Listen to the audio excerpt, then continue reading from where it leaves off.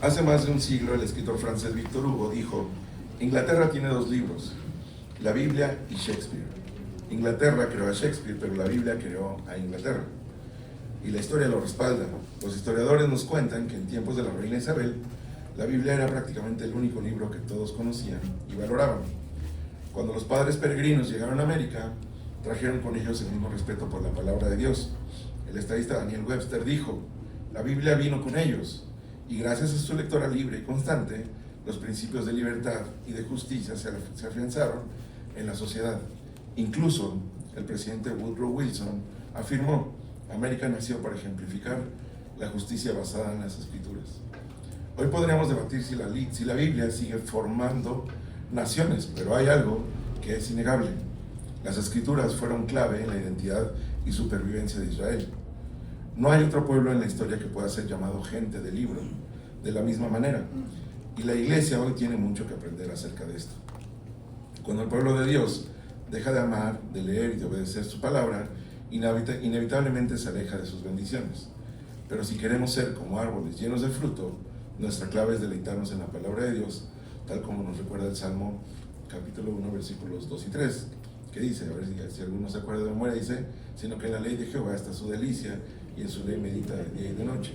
Será como árbol plantado junto a corrientes de aguas, que da su fruto en su tiempo, y su hoja no cae, y todo lo que hace perdurará o prosperará. Les pido, hermanos, que tengan a la mano el capítulo de Nehemías, porque vamos a estar ahí revisando y probablemente estemos saltando a alguno que otro versículo. Y bueno, de este capítulo podemos entonces extraer al menos 3 enseñanzas, las cuales me voy a permitir ir desmenuzando poco a poco. En primer lugar, debemos entender la palabra de Dios. Esta es la primera enseñanza, que debemos entender la palabra de Dios. Si bien nosotros consideramos a la Escritura como nuestra guía o nuestro manual de vida, no es nada más para que lo tengamos ahí en el buró, en la casa, y esté ahí guardado y sea, bueno, pues ya lo tengo ahí como una especie de amuleto. De hecho, quería comentarles una anécdota que siempre comento, y mi mamá y mi esposa seguro ya saben cuál es. Pero en alguna ocasión, mi mamá y yo compramos un microondas. Ya me hizo cara mi mamá de que ya sabe cuál es la anécdota. Compramos un microondas, y ese microondas pues, estaba muy bonito, ¿no? Ya sabes, lo abres y ahí está el instructivo, lo tiras, pones el microondas donde tú crees que va, lo conectas y empieza a calentar, ¿no? Así duro. Y entonces ya 1 o 2 meses estuvo funcionando bien el microondas. Como al 4.º mes el microondas dejó de funcionar. Entonces, ay, no, qué chafa está ese microondas, ¿no? ¿Cómo se les ocurre? Me dice mi mamá: pues a ver, ven el instructivo a ver qué viene. Ay, no, que el instructivo que va a venir, pues nomás es ponerle y picarle y ya, ¿no? Y entonces vimos que en el instructivo decía algo muy específico. Decía: este microondas se tiene que poner a tantos centímetros del lado lateral derecho y a tantos centímetros de atrás, para que pueda funcionar bien y no se queme y no sé qué cosas. Bueno, pues resulta que el microondas lo habíamos puesto en una esquina así pegado, ¿no? Ahí en la cocina estaba pegado, no tenía ningún tipo de respirador, ¿no? Y entonces, pues básicamente por eso se echó a perder el microondas. Pero todo esto fue porque nosotros no habíamos puesto atención a las instrucciones.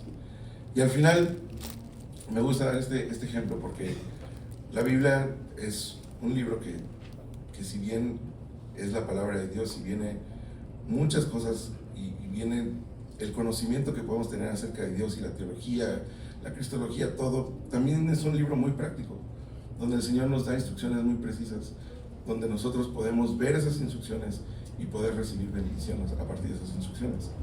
Y justo estaba leyendo este pasaje y podía ver en los primeros 4 versículos algo muy interesante. Dice ahí: venido el mes séptimo, los hijos de Israel estaban en sus ciudades, y se juntó todo el pueblo como un solo hombre. Ahí eso lo quise subrayar porque me pareció muy interesante. En la plaza que está delante de la puerta de las aguas, y dijeron a Esdras, el escriba, que trajese el libro de la ley, la ley de Moisés, la cual Jehová había dado a Israel. Y el sacerdote Esdras trajo la ley delante de la congregación, así de hombres como de mujeres y de todos los que podían entender, el primer día del mes séptimo. Y le viene el libro delante de la plaza que está delante de la puerta de las aguas, desde el alba hasta el mediodía, en presencia de hombres y mujeres y de todos los que podían entender, y los oídos de todo el pueblo estaban atentos al libro de la ley. Y esta es la primera cosa que quisiera resaltar, además de que nosotros debemos entender. Quisiera resaltar también esto, ¿no? Número uno, ¿por qué Esdras? Si nosotros vamos tantito atrás en el libro de Esdras, si quieren acompañarnos está bien, si no en Esdras, en el capítulo 7, versículo 10 dice: porque Esdras había preparado su corazón para inquirir la ley de Jehová, para cumplirla y para enseñar en Israel sus estatutos y decretos. Esdras era una persona que estaba enteramente preparada para esta misión, ¿no? Pero algo que también me llama la atención es que en 2 ocasiones le piden que traiga el libro de la ley, ¿no? Y justo yo me ponía a pensar, ¿cuántas veces cuando nosotros estamos en alguna situación, en una circunstancia difícil, peligrosa, emocionalmente complicada, familiarmente complicada, en nuestro trabajo, en nuestra, no sé, en las relaciones con nuestros padres, con nuestros hijos, ¿cuántas veces nosotros lo primero que hacemos es traer el libro de la ley? Probablemente es la última, ¿no?, opción, y yo lo digo por experiencia, ¿no? Esta semana fue una semana bien complicada para mí, tuve un montón de calificaciones que hacer, evaluaciones, entregas, no sé qué, y cuando estaba preparando esto, lo estuve preparando durante un tiempo, le dije: Señor, dame el tiempo para poder estar delante de tu palabra. Y resultó que esta semana, se los tengo que confesar, tengo que ser sincero, esta semana fue una de las semanas en las que probablemente menos tuve tiempo de abrir la Biblia, pero sí tuve tiempo para estresarme, para acostarme, para muchas cosas, y lamentablemente así sucede. ¿Cuántas veces el Señor nos pide que lo primero que hagamos sea traer la ley, leerla, escuchar su voz, y lo primero que hacemos es alejarnos de la palabra, ¿no?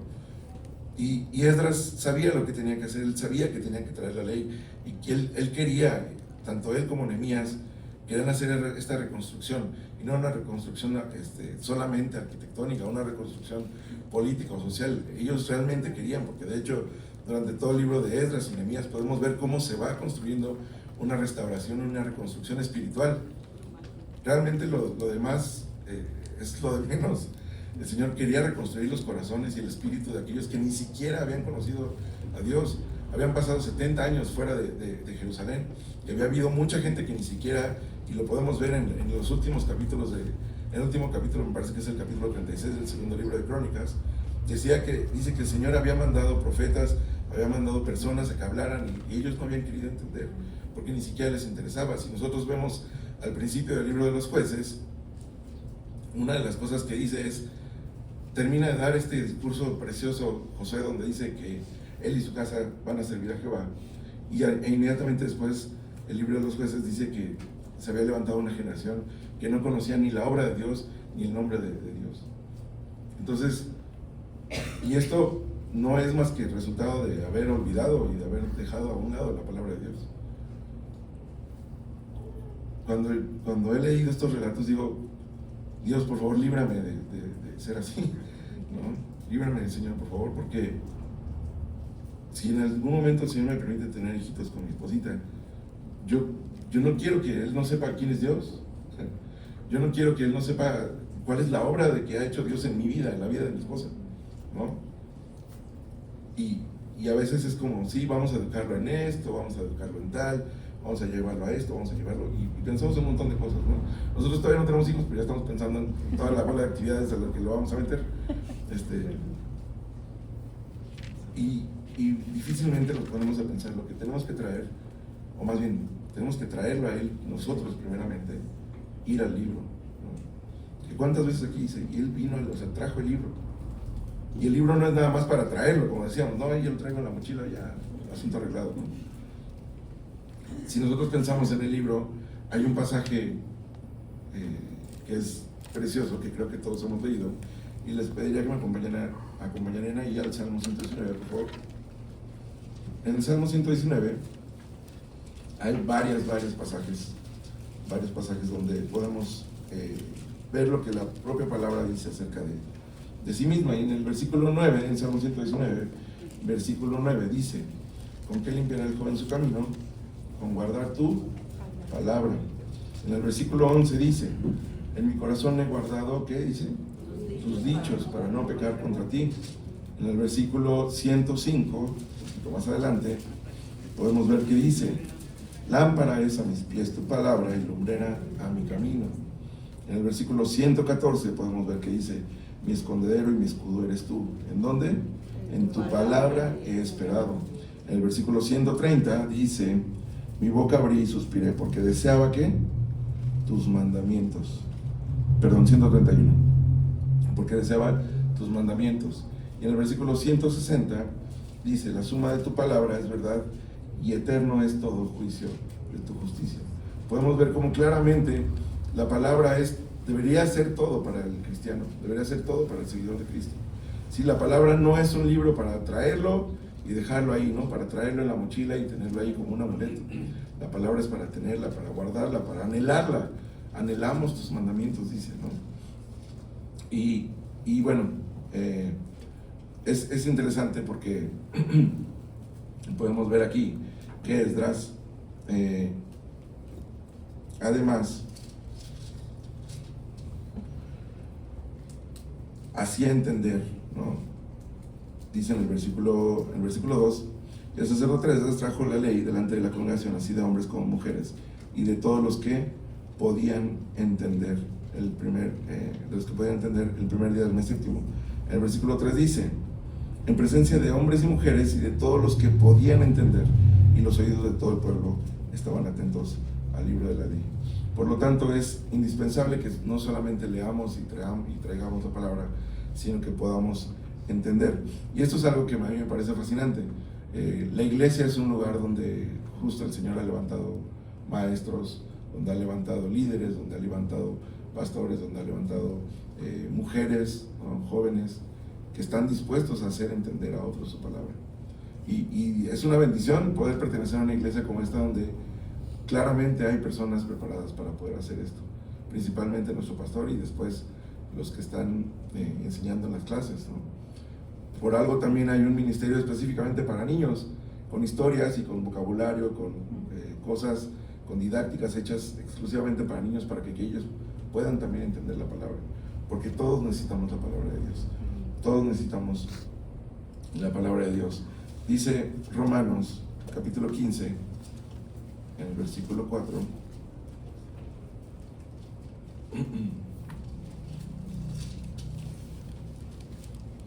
dice: porque las cosas que se escribieron antes para nuestra enseñanza se escribieron, a fin de que por la paciencia y la consolación de las Escrituras tengamos esperanza.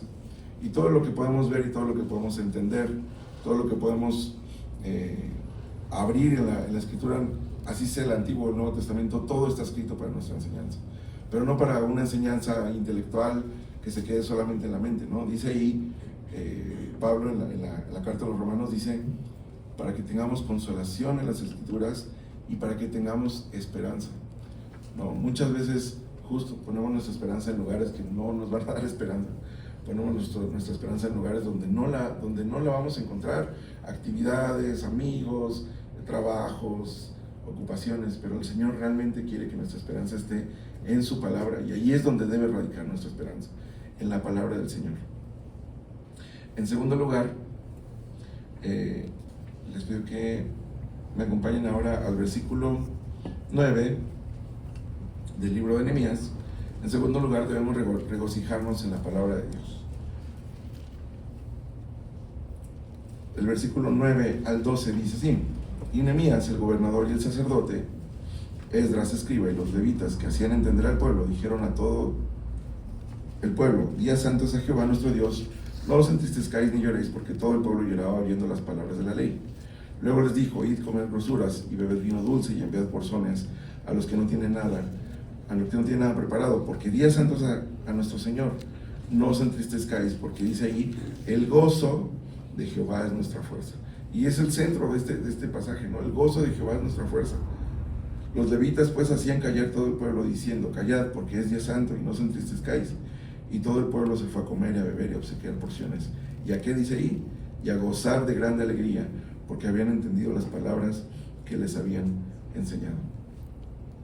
Algo que primeramente quiero resaltar aquí en estos versículos del 9 al 12 es que cuando nosotros abrimos la palabra, si bien vamos a encontrar consuelo, vamos a encontrar alegría, vamos a encontrar gozo, lo más probable es que encontremos confrontación.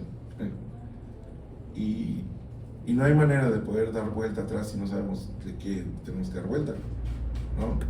Es como yo puedo ir caminando directamente hacia un precipicio sin darme cuenta y voy así como volteando a todos lados, pero no estoy viendo hacia el precipicio, ¿no? Y si alguien me advierte, oye, te vas a ir a caer, deja de caminar por allá, tienes que dar media vuelta, y yo no hago caso, pues voy a caer en un precipicio y el desenlace no va a ser bueno, ¿verdad?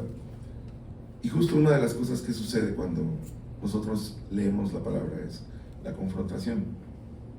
Y cuenta la tradición, y dicen los eruditos, que probablemente lo que Esdras enseñó y lo que Esdras había estado leyendo pudo haber sido Deuteronomio, que es esta segunda ley, ¿no? Una ley que se dio para la segunda generación que entraron a la tierra prometida.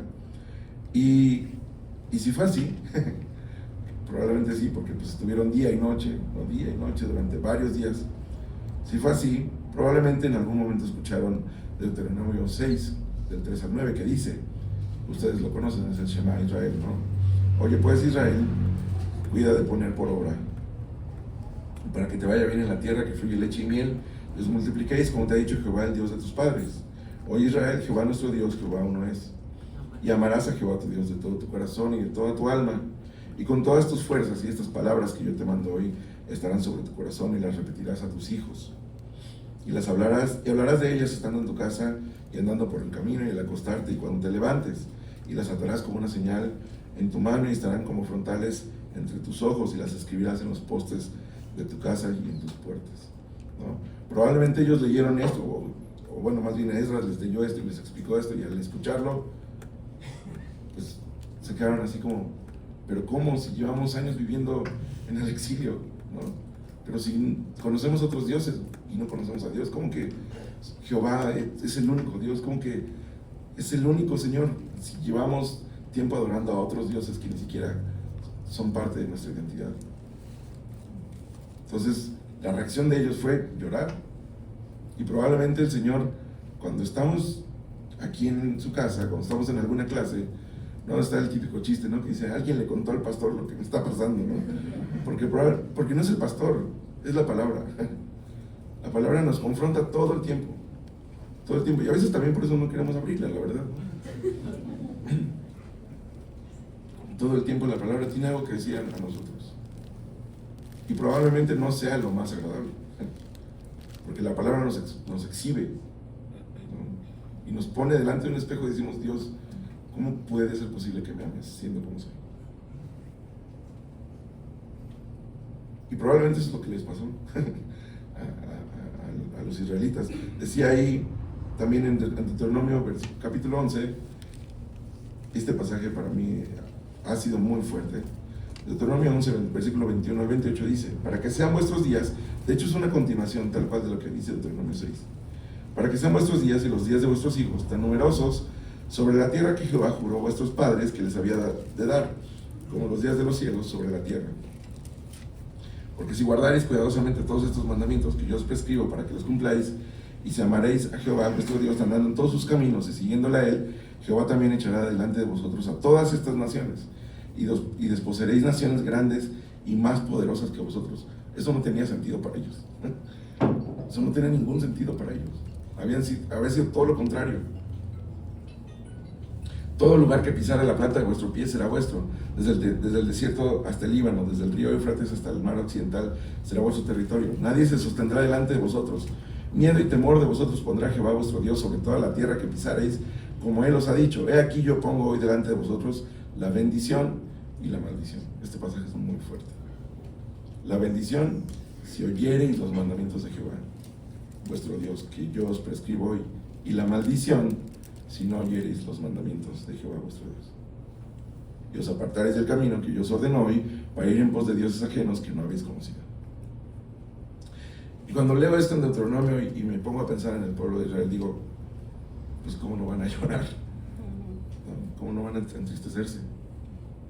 Yo estaría destrozado, yo estaría tristísimo. Sea cual sea mi situación, si hubiera sido la generación que sí conoció Jerusalén o la que no la conoció, yo estaría muy triste. Pero no Me encanta que Pablo en la segunda carta de los Corintios, me parece, dice que la tristeza que es según Dios, ¿no? Produce arrepentimiento, ¿no? Y la tristeza que viene del mundo produce muerte. No se trata de quedarnos en la tristeza.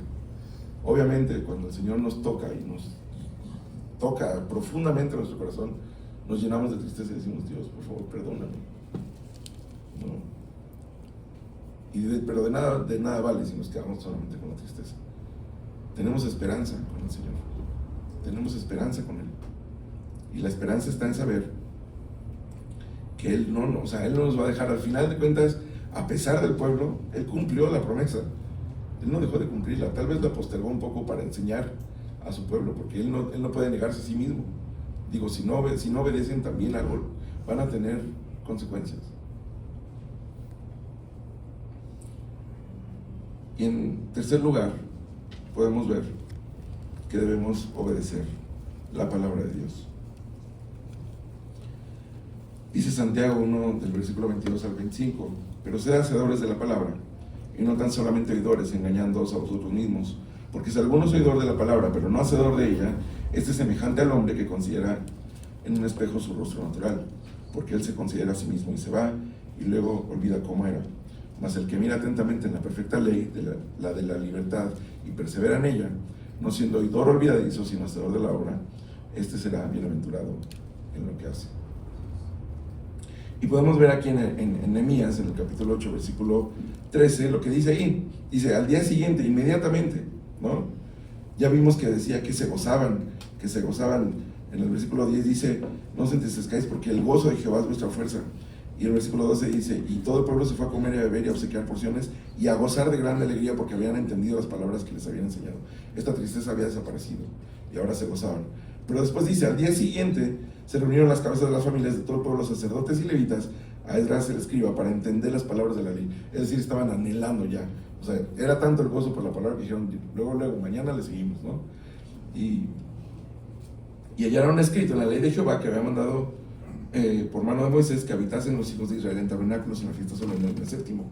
Y dice ahí: que hiciesen saber y pasar pregón por todas sus ciudades y por Jerusalén, diciendo: salid al monte y traed ramas de olivo silvestre, de arrayán, de palmeras y de todo árbol frondoso, para hacer tabernáculos, como está escrito.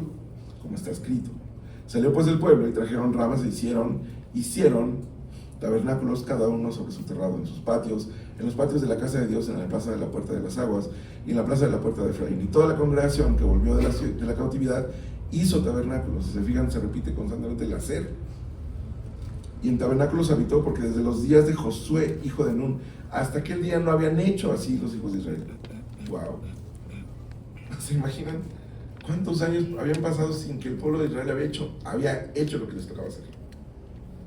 Y lejos de ser alegórico, no es mi intención, pero puedo verme, puedo ver la vida de mi vida particularmente, ¿no? Como digo: Señor, es que ¿por qué no puedo hacer esto?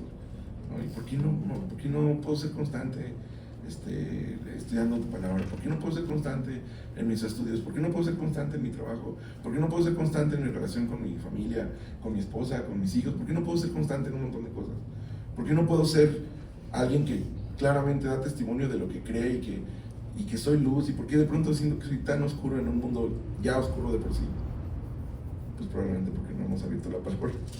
Probablemente porque la palabra no está haciendo lo que le toca hacer. Es muy probable. Pero cuando entendemos y cuando nos gozamos en la palabra, el resultado inmediato, ¿cuál es? Obedecer.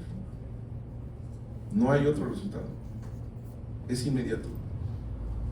Y por eso la importancia de... Es bien difícil, ¿no? Yo les confieso que muchas veces yo me acerco a la palabra con una intención intelectual, porque me gusta mucho, lo disfruto mucho. Pero a veces el Señor solo quiere hablarme y decirme quién es Él, y ya. No necesito más. Y yo ahí saco así.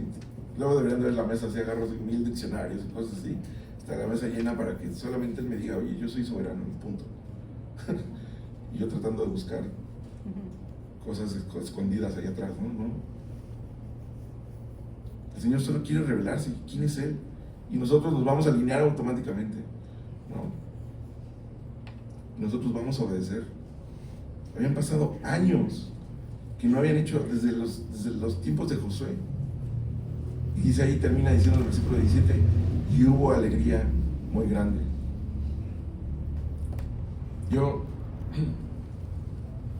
Definitivamente la vida es difícil. La vida no es fácil. Hace poquito le decía a mi esposita, estábamos a punto de dormir, y les quiero confesar que le decía, ay, vivir es muy complicado, ¿no? O sea, vivir es muy complicado. Estoy bien cansado, tú estás bien cansada, tenemos cosas que pagar, ¿no? Y luego ya no alcanza, y dices, ay, Dios mío, vivir es complicado. Pero justo también concluíamos que en el Señor tenemos esperanza. Platicábamos y decíamos, el Señor nos va a proveer, el Señor nos va a dar, el Señor nos ha estado protegiendo y cuidando durante todos estos años, en lo individual y ahora 4 años con el matrimonio. El Señor ha sido bueno, pero qué fácil es empezar a perder, ¿no? Y decir, no, es que ya vivir está bien complicado, ¿no? Y empezamos, ¿no? La mente es rápida, empieza a dar vueltas. Pero en el Señor tenemos esperanza. En tiempos de Nehemías, entonces, el pueblo experimentó gozo no solo al oír la Escritura, sino al ponerla en práctica. La celebración de la fiesta de los tabernáculos reflejó esta obediencia genuina, marcando una diferencia con las observancias superficiales del pasado. La obediencia no debe verse como una carga, sino como un deleite. El gozo del Señor es nuestra fortaleza, es lo que dice la palabra. Lo que significa que el gozo espiritual surge cuando seguimos a Dios con un corazón sincero. La gente no solo reconstruyó sus casas, sino que su relación con Dios fue fortalecida por la enseñanza diaria de la palabra. Aunque el entusiasmo inicial decayó con el tiempo, esto no invalida la importancia de renovar nuestra obediencia constantemente. Dios sigue llamando a su pueblo a humillarse, buscarlo y a apartarse del pecado para recibir su bendición. Si recordamos el pasaje en 2 Crónicas, capítulo 7, 14, seguramente lo conocen, lo recuerdan, que dice, si se humillare mi pueblo, sobre el cual mi nombre es invocado, y oraren y buscaren mi rostro y se convirtieren de sus malos caminos, entonces yo iré desde los cielos y perdonaré sus pecados y sanaré su tierra. Y quisiera concluir, hermanos, con un pasaje que, si bien está un poco alejado cronológicamente de esto, es muy cercano a lo que al mensaje que hoy el Señor tiene para nosotros. En Hechos capítulo 8, versículo 26, si me acompañan, por favor. Aprovecho para tomar agua.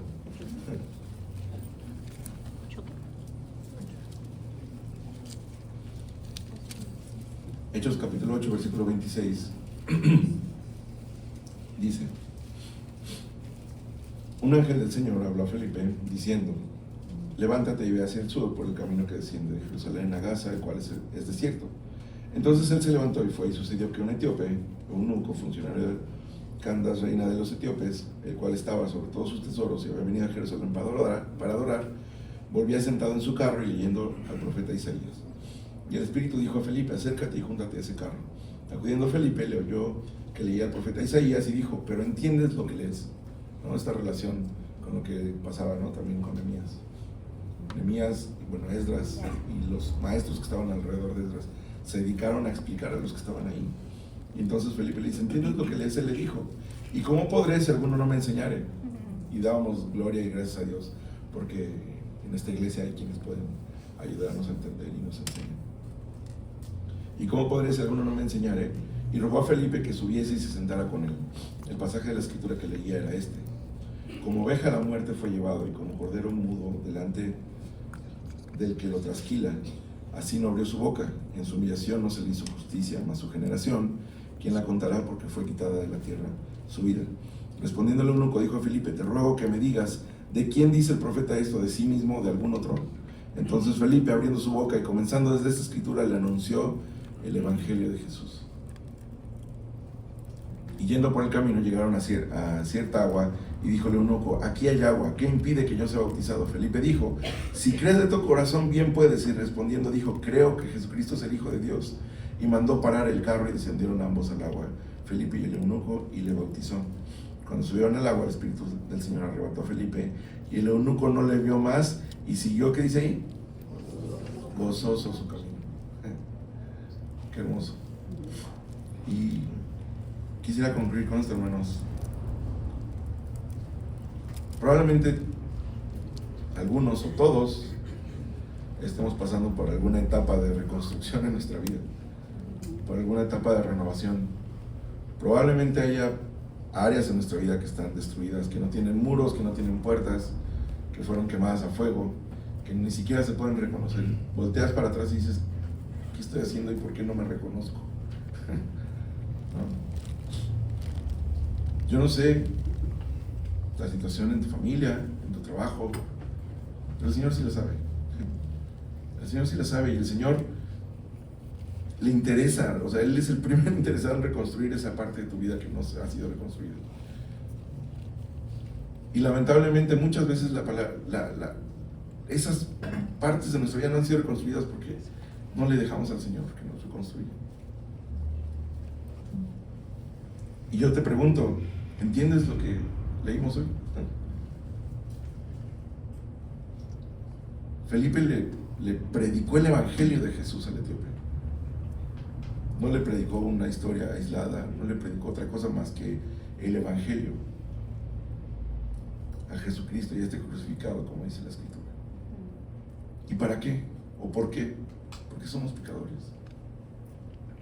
Yo no puedo prometerte, porque eso no dice la palabra, yo no puedo prometerte que si tú recibes hoy el evangelio y entiendes que eres pecador y que necesitas ser salvo de la condenación, tus problemas van a acabar. Eso no dice la Escritura. Pero sí vas a tener gozo y esperanza. Y si entiendes esto que leímos, yo te invito a que entregues tu vida al Señor, que te arrepientas de tus pecados. Arrepiéntete. Yo tengo muchas cosas que arrepentir. Yo estoy delante del Señor aquí, diciendo, Señor, perdóname. Señor, perdóname. Entiendo lo que acabo de leer y no quiero seguir siendo un cautivo de mi pecado. Quiero regresar a casa contigo, Dios. Restaura mi relación contigo. O sea, sé que tú estás abriendo los brazos. Y yo le doy gracias a Dios porque, como dice su palabra, no se entristezcáis, porque el gozo de Jehová es vuestra fuerza. ¿No? Y este pasaje nos enseña que si hay algo que restaurar, vayamos a los brazos de nuestro Padre y le digamos, Dios, tómame, restaura toda mi vida, restaura lo que tienes que restaurar, destrúyelo si quieres. Tú tienes la capacidad de volverlo a construir como tú quieras, y como tú quieras es para tu gloria, dice el libro de los Efesios, para la alabanza de la gloria de tu gracia, nada más. Oramos. Dios, te damos gracias porque eres bueno. Gracias, Dios, por tu palabra. Gracias porque tú estás con nosotros, Señor, porque conocemos, Señor, tu fidelidad, porque podamos escuchar tu voz, Señor, y porque podamos entender lo que has hablado a nuestra vida hoy, ayer y durante todo este tiempo, Señor. Permite, Dios bendito, que si alguien no se ha arrepentido de sus pecados, Señor, que pueda, Señor, hacerlo, abrir su mente, su corazón y decir, Señor, me arrepiento, no quiero pasar por la condenación eterna, quiero estar contigo, Señor, que me des esperanza. Confío en ti, Señor. Gracias, Dios, por esto y gracias por la oportunidad, Dios, que me das de compartir esta porción de la Escritura, Señor. Quédate, Señor, en esta iglesia amada que nos ha recibido a mi esposita, a mi madre y a mí con mucho cariño y amor, y provee, Señor, para cada uno de los que estamos aquí. Renueva y restaura, Señor, cada área que tenga que ser restaurada, Señor. Destruye lo que tengas que destruir y construirlo tú una vez más. Gracias, Dios. Quédate con nuestro pastor y su esposita, Señor. Dale esfuerzo, Señor, a la familia, y gracias por todo, Señor. Te damos en el nombre de Cristo.